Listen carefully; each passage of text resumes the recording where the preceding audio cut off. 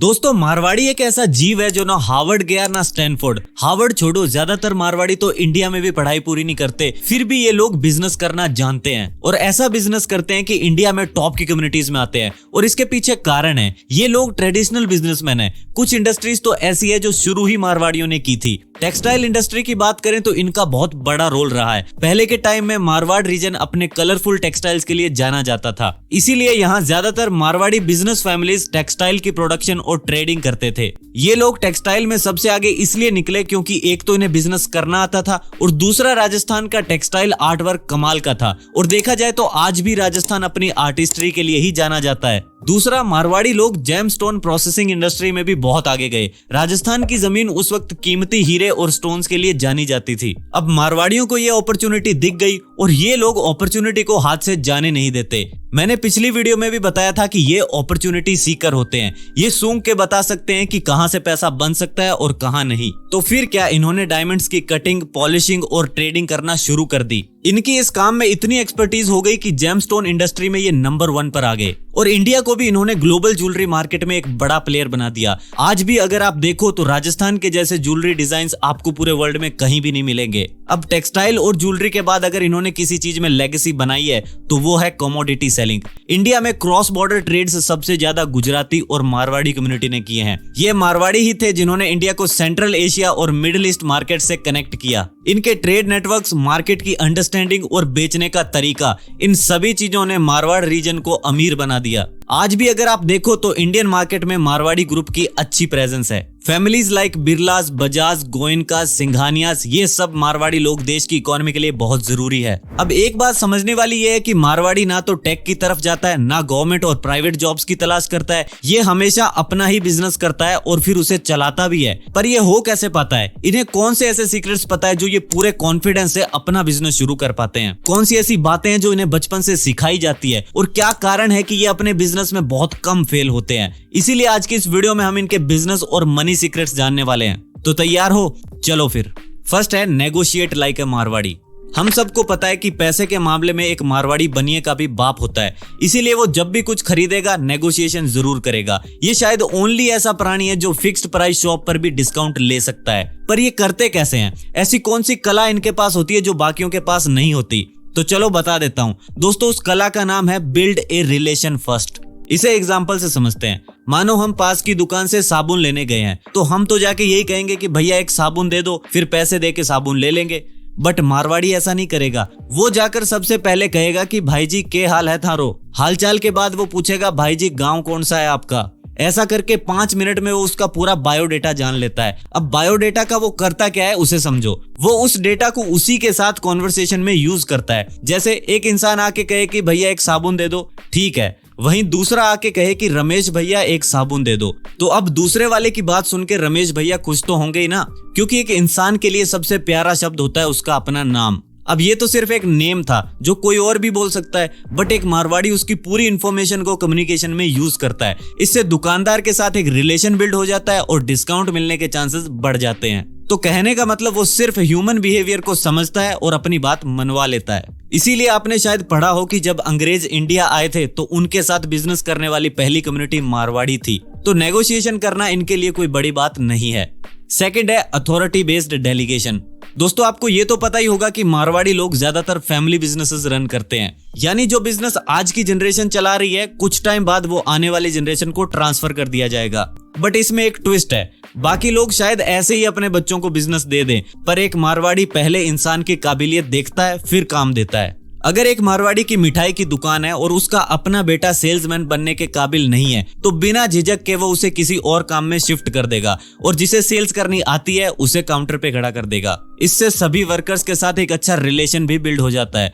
दूसरी बात जो इस कम्युनिटी की खास चीज है वो है आदमी को ट्रस्ट के बेस पर अथॉरिटी देना, टाइम के बेस पर नहीं। यानी आप कितने टाइम से काम कर रहे हो उस बेस पर प्रमोशन नहीं मिलती। अगर आपका ट्रैक रिकॉर्ड अच्छा है, आपने ट्रस्ट जीता है और एथिकल तरीके से काम किया है तो ही आपको प्रमोशन मिलेगा। अब बिजनेस हायरार्की में डिसीजंस फ्लो होते हैं from top to bottom. Marwari business में भी ऐसा ही होता है, बट इनके यहाँ लोअर लेवल एम्प्लॉइज को भी डिसीजन मेकिंग में इन्वॉल्व किया जाता है। वो सामने वाले को उसकी एक्सपर्टीज, एक्सपीरियंस और ट्रस्ट के बेस पर सुनते हैं। इसके अलावा ये लोग हर पोजीशन के एम्प्लॉइज को मॉनिटर करते हैं। मारवाड़ी इस बात का बहुत ध्यान रखता है कि कोई एम्प्लॉय हमारा फालतू नुकसान तो नहीं कर रहा। अगर कोई ऐसा करता है तो फिर ये लोग उसे लोअर पोजीशंस पर मूव कर देते हैं। याद रखना, उसकी रिस्पॉन्सिबिलिटी कम करते हैं, उसे काम से नहीं निकालते। और इसी चीज की वजह से सभी लोगों की आपस में भी लॉयल्टी बनी रहती है। अब ये समझते हैं कि ये लोग डेलीगेशन किस बेस पर करते हैं। मानो कोई यंग फैमिली मेंबर है या न्यू एम्प्लॉय है, तो पहले उसे एक्सपीरियंस लोगों के साथ क्लोजली वर्क करने को कहेंगे ताकि उसके पास हैंड्स ऑन एक्सपीरियंस और स्किल्स आ जाए। फिर उसकी कैपेबिलिटी और ट्रस्ट को देखकर उसे काम डेलीगेट किया जाता है। थर्ड है realising the worth of money. शुरू से ही मारवाड़ी कम्युनिटी अपने सिंपल लाइफस्टाइल के लिए जानी जाती है। ये कभी भी जरूरत से ज्यादा खर्चा करते हुए नजर नहीं आएंगे। ये लोग सेविंग और इन्वेस्टिंग के बाद स्पेंड करते हैं। लायबिलिटी की बात करें तो ये लोग डेट वगैरह का ज्यादा यूज नहीं करते। इवन अगर बिजनेस को ग्रो करना है तब भी ये अर्न्ड प्रॉफिट से ही ग्रो करेंगे। इसके बाद हमें पता है कि ज्यादातर मारवाड़ियों के इंटरकनेक्टेड फैमिली बिजनेसेस होते हैं। अब इससे ये पैसे की और ज्यादा वैल्यू करते हैं, क्योंकि इन्हें पता है कि ये जो पैसा हमारे पास है ये सिर्फ हमारा नहीं है बल्कि हमारी पूरी फैमिली का है।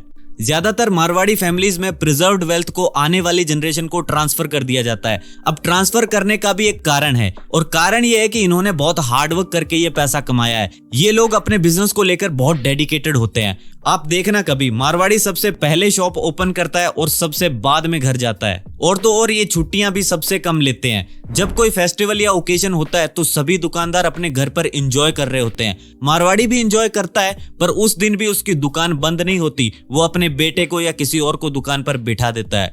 और इसी वर्क एथिक की वजह से ये लोग मार्केट में लंबे समय तक टिकते हैं। इसके अलावा ये लोग एथिकल बिजनेस बिल्ड करने में विश्वास रखते हैं। इनका मानना है कि आपने कितना पैसा कमाया वो ज्यादा इंपॉर्टेंट नहीं है। इंपॉर्टेंट ये है कि आपने वो पैसा कैसे कमाया। अगर आपका तरीका गलत है तो फिर उस पैसे का कोई मतलब नहीं है। ये लोग ऑनेस्टी, इंटेग्रिटी और फेयर डीलिंग्स में विश्वास रखते हैं, क्योंकि मॉरली भी ये चाहते हैं कि इनके पैसे की वैल्यू हो। अब इन पैसों की वैल्यू को बढ़ाने के लिए कुछ टेंजिबल एसेट्स में इन्वेस्ट करते हैं, like real estate and gold. ऐसा करने से पैसा सिक्योर रहता है और ग्रो भी होता है, जिससे ओवरऑल मनी की वैल्यू बढ़ती है।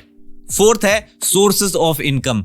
हमें पता है कि मारवाड़ियों का बिजनेस में बहुत बड़ा रोल रहा है, बोथ रीजनली एंड ग्लोबली। ये लोग मेनली टेक्सटाइल्स, स्पाइसेस, ग्रेन्स और कमोडिटी बिजनेस के लिए जाने जाते थे, पर आज ये इन एग्जिस्टिंग बिजनेस के साथ साथ कुछ नए सेक्टर्स में भी एंटर हो चुके हैं। आज कई मारवाड़ी फैमिलीज मैन्युफैक्चरिंग और इंडस्ट्रियल एंटरप्राइजेस के मालिक हैं। इसमें ये फैक्ट्रीज सेटअप करते हैं जहां केमिकल्स, मिनरल्स और कंज्यूमर गुड्स की प्रोडक्शन की जाती है। इसके बाद टेक्सटाइल बिजनेस की बात करें तो ये बहुत पुराने प्लेयर है। ट्रेडिशनल हैंडलूम से लेकर मॉडर्न टेक्सटाइल मिल्स तक ये सब कुछ ओन करते हैं। इनका फैब्रिक प्रोडक्शन, गारमेंट्स और एथनिक वेयर में बहुत बड़ा मार्केट शेयर है। नेक्स्ट जिस कैटेगरी में इनकी प्रेजेंस सबसे ज्यादा है वो है जेम्स एंड ज्वेलरी। ये लोग ज्वेलरी की मैन्युफैक्चरिंग और सेलिंग में डायरेक्टली इन्वॉल्व होते हैं, इसीलिए मारवाड़ी एंटरप्रेन्योर्स की ज्वेलरी इंडस्ट्री में बहुत स्ट्रॉन्ग प्रेजेंस होती है। इसके बाद अर्बन एरियाज की एक्सपेंशन को देखते हुए ये लोग रियल एस्टेट और कंस्ट्रक्शन सेक्टर में भी एंटर हो गए। बहुत से बिजनेसमैन आज कंस्ट्रक्शन प्रोजेक्ट्स और प्रॉपर्टी इन्वेस्टमेंट में एंगेज हो चुके हैं। इसके अलावा आर्ट और कल्चर से भी ये बहुत पैसे कमा लेते हैं। मारवाड़ी कम्युनिटी अपने आर्ट के लिए बहुत फेमस है, इसीलिए ये लोग अपने ट्रेडिशनल आर्ट्स और क्राफ्ट्स को प्रिजर्व करके रखते हैं। इनकी हैंडलूम, वीविंग, पोट्री और फोक आर्ट के लिए फॉरेनर्स काफी पे करते हैं। आर्ट की बात हो रही है तो हम इनके हिस्टोरिकल मॉन्यूमेंट्स और बिल्डिंग्स को मिस नहीं कर सकते। ये लोग इन बिल्डिंग्स को रिस्टोर करवाते हैं ताकि इनका कल्चर भी बचा रहे और लोग एज ए टूरिस्ट भी यहाँ आके इन्हें पे करते रहें। अब टूरिस्ट के आने से एक तो कल्चरल हेरिटेज की डेवलपमेंट होती है और दूसरा होटल्स और बाकी बिजनेसेस भी चलने लगते हैं। इसीलिए कुछ मारवाड़ी होटल्स, रिजॉर्ट्स और रेस्टोरेंट्स में भी इन्वेस्ट करते हैं। इसके बाद मारवाड़ी आज अगर सबसे ज्यादा किसी चीज में इन्वॉल्व है तो वो है ई कॉमर्स और retail stores. Companies like D Mart, Flipkart, Lenskart, Myntra, Snapdeal, India Mart, Ola, Naaptol, ये सब मारवाड़ी बिजनेसमैन ओन करते हैं। तो इस कम्युनिटी के एक मेजर इनकम इस सेक्टर से भी आती है। लास्ट बचता है export and international trade. Marwari लोगों का ट्रेड रूट से पुराना नाता है। वो बहुत पहले से ग्रेन्स और स्पाइसेस एक्सपोर्ट करते आ रहे हैं, तो उसी चीज को वो आज भी गुड्स को इंटरनेशनल मार्केट्स में एक्सपोर्ट करने के लिए यूज करते हैं। इसीलिए फॉरेन एक्सचेंज भी इनके इनकम सोर्स में काउंट होता है। फिफ्थ है customer centric approach. Marwari business की सक्सेस का एक बड़ा रीजन है कस्टमर सेटिस्फेक्शन। ये हमेशा ट्राई करते हैं कि कस्टमर की एक्सपेक्टेशन से ज्यादा उसे डिलीवर किया जा सके। ये लोग सिर्फ प्रोडक्ट या सर्विस की क्वालिटी पर ध्यान नहीं रखते, इनका फोकस कस्टमर रिलेशनशिप पर भी होता है। इसीलिए ये हर कस्टमर की नीड्स और वांट्स को समझते हैं और इसी पर्सनलाइज्ड अप्रोच की वजह से ट्रस्ट, ब्रांड लॉयल्टी और सेंस ऑफ पार्टनरशिप बिल्ड होती है। ये ना सिर्फ कस्टमर एक्सपेक्टेशन को मीट करते हैं बल्कि कई बार ओवर डिलीवर भी करते हैं। कंपनीज लाइक हल्दीराम्स जब स्नैक्स मार्केट में ऑलरेडी टॉप पर थी, तब भी उन्होंने बेसन, दाल और मसालों में चेंजेस किए ताकि भुजिया और ज्यादा क्रिस्प और फाइन बन सके। इसे कहते हैं एक्सपेक्टेशन से भी ज्यादा डिलीवर करना। अब कस्टमर सेंट्रिक अप्रोच का एक इंपॉर्टेंट एस्पेक्ट होता है आर्ट ऑफ लिसनिंग। ये लोग कस्टमर्स का फीडबैक लेते हैं, ये बोल के कि भाई जी पिछली बार जो आप गुलाब जामुन ले गए थे वो कैसे लगे। इससे कस्टमर को भी लगता है कि उसके ओपिनियन की वैल्यू है। अब ये तो हो गया इमीडिएट ट्रांजैक्शंस का फीडबैक, पर ये लोग लॉन्ग टर्म बिजनेस के लिए जाने जाते हैं, इसीलिए इनका फोकस CLV यानी कस्टमर लाइफ टाइम वैल्यू पर भी होता है। यानी ये कस्टमर को वन टाइम बायर की तरह नहीं देखते, ये उसे परमानेंट कस्टमर के रूप में देखते हैं और सभी को इक्वली ट्रीट करते हैं। अब मारवाड़ी लोगों को ये पता है कि कस्टमर से जो डायरेक्टली इंटरेक्ट करेंगे वो है फ्रंट लाइन एम्प्लॉइज, इसीलिए ये लोग उनको अच्छे से ट्रेन करते हैं कि कस्टमर से बात कैसे करनी है, कौन सी चीजें अवॉइड करनी है, रूडली बात नहीं करनी है, ये सब। इसके अलावा कस्टमर सेंट्रिक अप्रोच को फॉलो करने में एक चैलेंज भी है और वो है स्केलेबिलिटी। जब हम कस्टमर को इतना पर्सनली सर्व करते हैं तो बिजनेस को बढ़ाना मुश्किल हो जाता है, क्योंकि अगर हमारा एक स्टोर दिल्ली में है और दूसरा जयपुर में, तो हम तो एक ही स्टोर पर बैठ सकते हैं और इससे दूसरे स्टोर पर कस्टमर सेंट्रिक अप्रोच को फॉलो करना चैलेंजिंग हो जाता है। तो दोस्तों आज की इस वीडियो में बस इतना ही। वीडियो पसंद आए तो लाइक और शेयर कर दो। मैं मिलता हूं आपसे नेक्स्ट वीडियो में। धन्यवाद फॉर वॉचिंग।